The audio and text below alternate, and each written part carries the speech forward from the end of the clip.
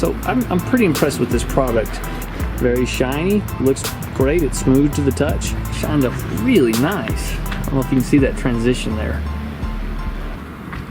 It looks really good. So here's the finished product with 6 coats of the Poli Glow. Good product, definitely recommend it. If you have anything like this you're doing, the boat's ready to go.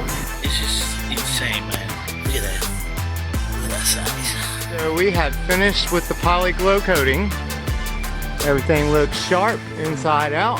I highly recommend this for this guy right here, man. We have taken a pink boat and made it red. Freshly poly glowed. My boat was pretty scuzzy. Now, looking clean. But look at that. It's so shiny. I'm so happy right now to see my boat like that. You can imagine, buddy. Good job. It's pretty amazing. I mean, this Poli Glow stuff, I'm impressed with this stuff. Man, the application and the results are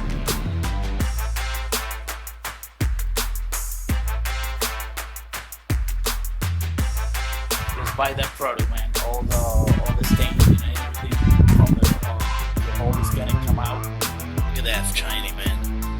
This product is insane. That boat looked like yellow before. I found the perfect product.